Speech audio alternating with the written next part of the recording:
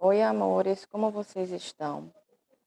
É o seguinte, nosso ano está encerrando e existem conteúdos assim que são essenciais e a gente não pode ficar sem dar no livro. Então, eu consegui aqui, por exemplo, com esse conteúdo, a gente fica pendente só um assunto do livro 3, tá? Que é a acentuação, que vai ser o assunto da próxima aula que eu vou disponibilizar hoje ainda, da gravação, né? Que seria as 2 aulas da sexta pela manhã, tá? É um assunto que não é um assunto difícil, eu preciso só que vocês prestem bastante atenção. Eu vou explicar bem detalhadamente. E é um assunto que não vai cair na prova, tá? O que é que eu vou fazer? Eu vou fazer a atividade do livro, vou separar uma parte da atividade e essa atividade vai valer ponto, tá? Mais tarde eu estarei postando isso para vocês e vocês terão aí, não se preocupem não, que eu vou dar pelo menos uns 10 dias para vocês responderem. Podem ficar sossegados, tá? Então vamos lá. A gente vai passar para o conteúdo agora de frase e oração. A gente estudou sobre advérbios, o último conteúdo, e a gente vai aprender agora sobre frase e oração. O que é frase? É um enunciado que nos dá alguma informação.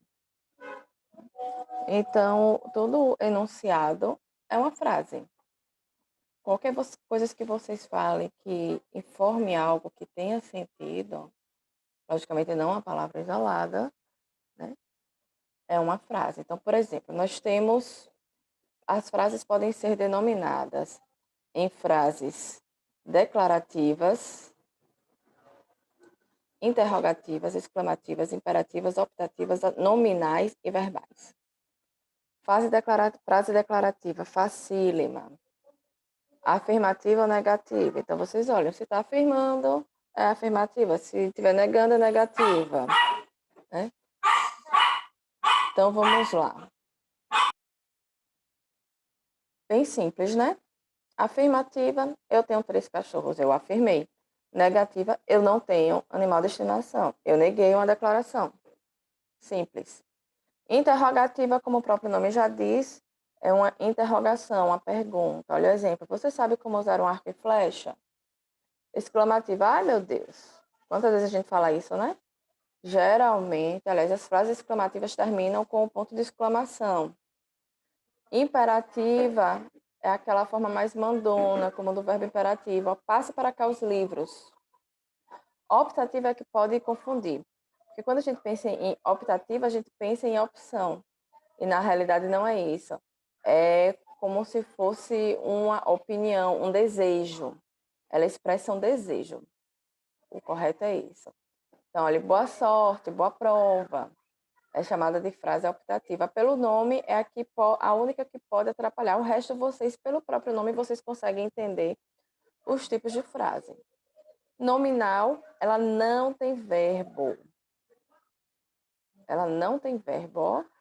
Agora sim, é uma frase, eu estou expressando uma ideia. E não tem verbo. E a verbal tem verbo. Olha que a noite está fria, então tem o verbo estar. Toda frase verbal é chamada de oração. Tá? Então, se eu tenho um verbo, eu tenho oração. Sempre que esse meu enunciado terminar com ponto, ele é chamado de período. Aqui é o que acontece, as frases terminam com ponto.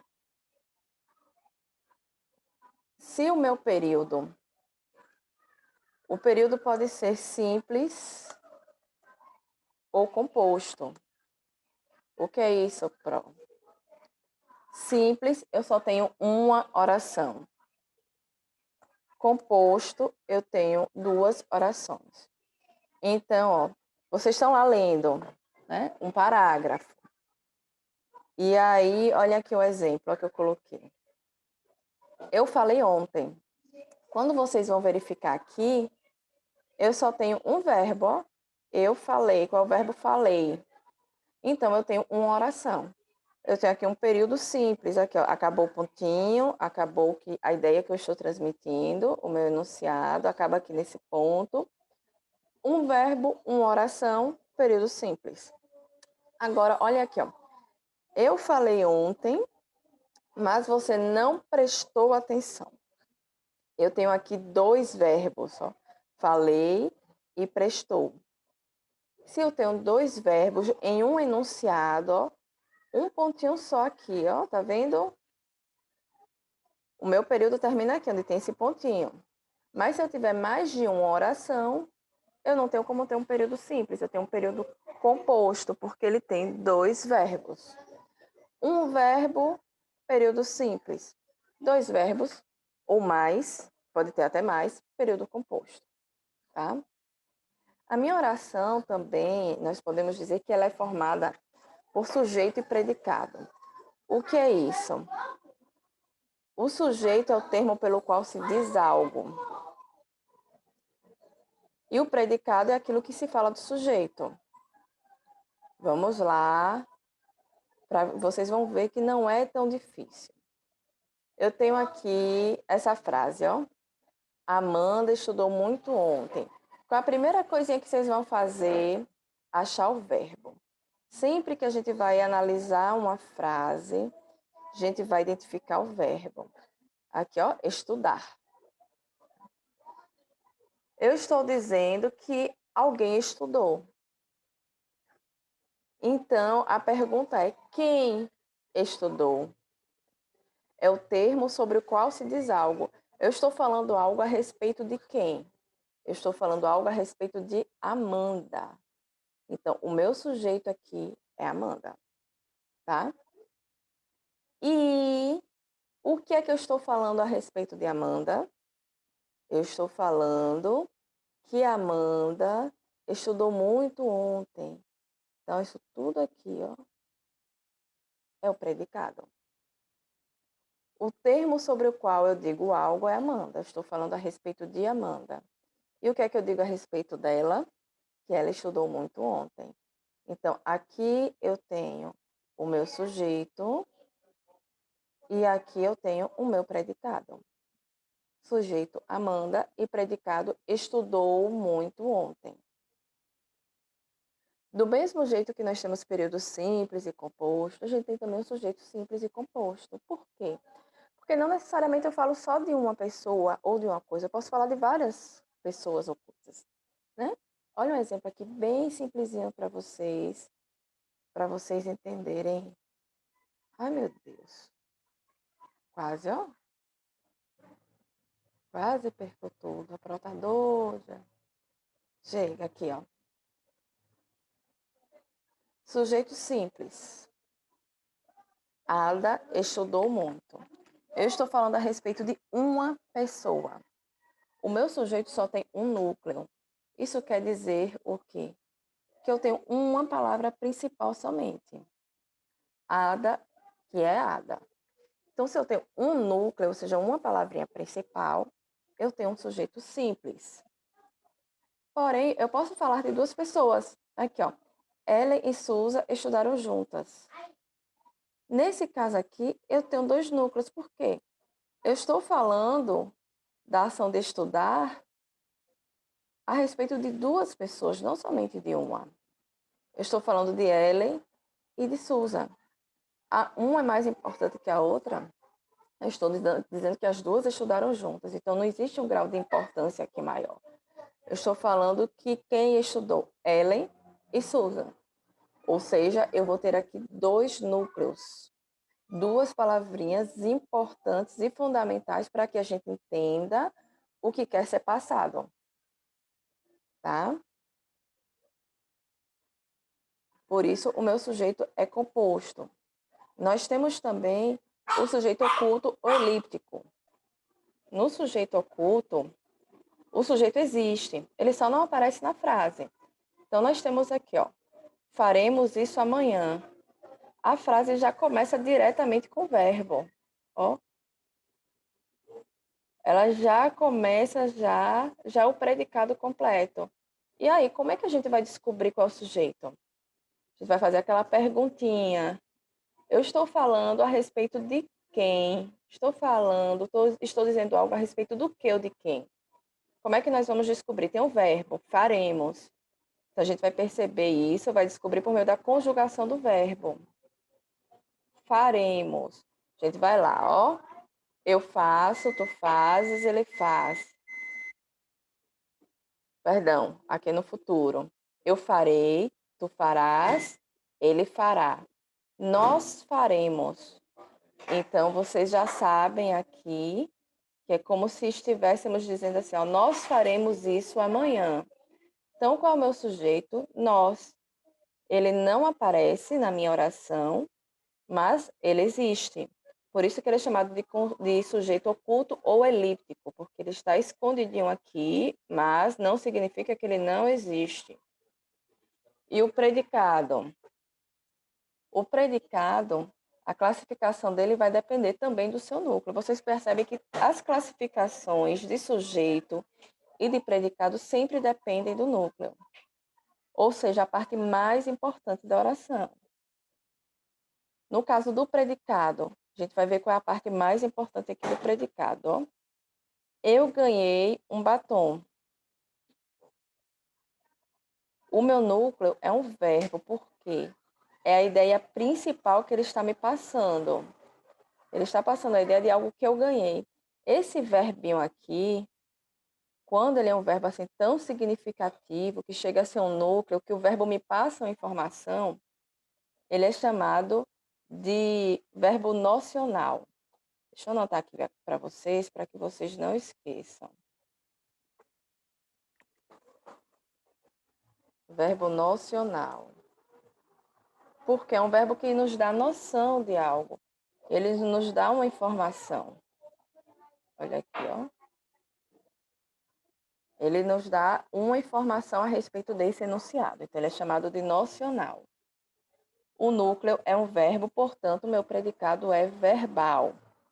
Mas, olha essa frase aqui como já é diferente, ó. Eu estou cansada.